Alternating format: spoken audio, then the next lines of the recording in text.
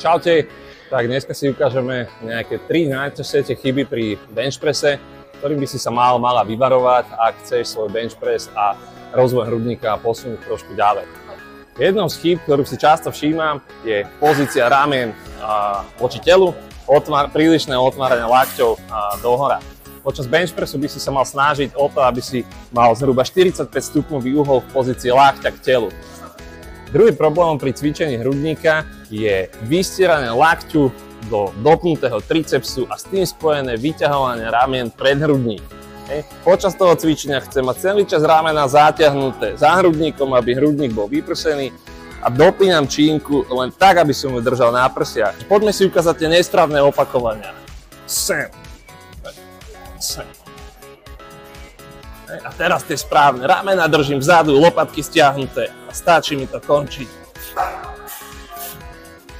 Treťou veľmi častou chybou pri benchpresse je uvoľnená spodná polovica tela. Ty keď tlačíš, mal by si uvedomiť to, že sa snažíš tlačiť do celej plochy chodidla a túto energiu skrz lístko, aktivovaný hamstring a napnutý sedací sval, to je najdôležitejšie, prevádzaš potom do samotného tlaku. Najväčšou chybou zo všetkých, ktoré by si sa mal vždy vyvarovať, je to, že nikdy si nezabúdaj uterať, pretože nikto nechce po tebe sedieť alebo ležať na spotenej lavici. Čaute.